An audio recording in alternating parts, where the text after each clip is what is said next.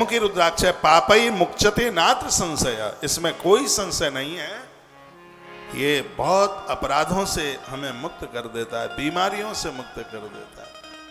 Heart की बीमारी के लिए, जिनका कलेजा धुक धुक करता है, जिनको हृदय संबंधी कोई भी बीमारी है, बिना केमिकल का 5 मुखी रुद्राक्ष मिल जाए और उसको रात्रि को जल में डाल दो, गंगा जल में डाल दो, सुबह उस पानी को पीते रहो, तो इससे हार्ट मजबूत हो जाता है। इससे 5 मुखी रुद्राक्ष। ऐसी गुप्त बीमारियां गोपनीय माताओं को बहुत हो जाती हैं, डॉक्टर्स लोगों को भी नहीं बता पाती। वो 6 मुखी रुद्राक्ष संयमित बनाता है, अंदरूनी बीमारियों को खत्म कर देता है। हर रुद्राक्ष की अपने आप में बड़ी विशेष महिमा है, विशेष महत्व है। उसके बाद में 7 मुखी रुद्राक्ष, मेरा फेवरेट रुद्राक्ष। सप्तवक्त्रो महेशानी यनंगो नाम नामत। भगवान कहते हैं महेशानी, हे देवी, हे भगवती, ये जो 7 मुखी रुद्राक्ष है, इसको अनंग नाम से बोला जाता है। इसका कोई अंग ही नहीं है, इसको अनंग नाम से बोला जाता है। और धारणा तस्य देवेशी दरिद्रो ईश्वरो भवे। यदि किसी ने भी इसको धारण किया है, व्यापारी लोगों के लिए, और जो 25 साल से लेकर के 50 वर्ष तक का जो समय है, ये धन कमाने का है, बिजनेस व्यापार करने का है। जिसने भी व्यापार काम धाम चालू कर दिया है, नौकरी के लिए जाता है, उसको 7 मुखी रुद्राक्ष से मृत्यु लोक का वरदान है। उसको पैसा नुकसान नहीं होगा, घाटा नहीं होगा, उसका पैसा नहीं फंसेगा, उसकी आवक बढ़ेगी, उसका व्यापार बढ़ेगा। आप कहोगे तो इसको पहन के बैठ जाए, कोई काम ना करे, नहीं, काम करना होगा, धन आने के रास्ते खुल जाएंगे, व्यापार बढ़ेगा, उसको बहुत व्यापार बढ़ेगा। इतना बढ़ेगा, दरिद्रो ईश्वरो भवेत, दरिद्र व्यक्ति भी भगवान की संपदा की तरह हो जाएगा।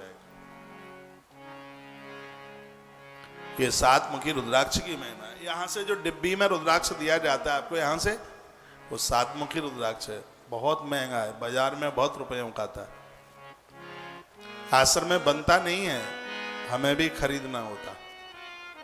और व्यासपीठ से दिया जाता है तो और ज्यादा इसका प्रभाव है।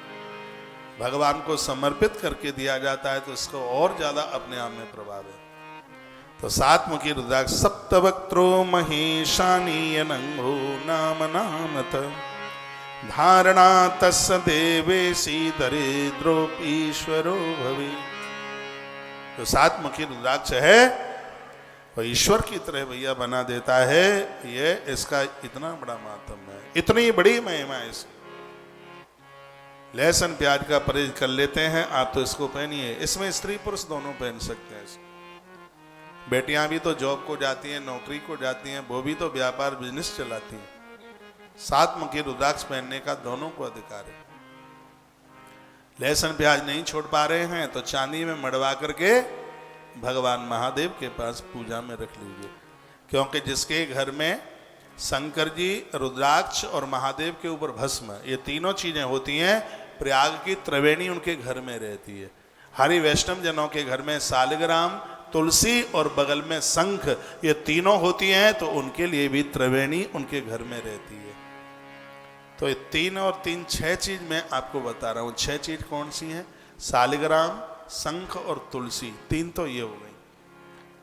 भगवान महादेव की पिंडी, भस्म और रुद्राक्ष, 3 वो हो गई। ये 6 चीजें हरि वैष्णव जनों के घर में, भगवान के भक्तों के घर में ये चीजें हैं, तो समझ लो कि प्रयाग की त्रिवेणी उनके घर में बह रही है। त्रिवेणी में क्या? गंगा, यमुना, सरस्वती। गंगा भक्ति है, यमुना कर्म है और सरस्वती माता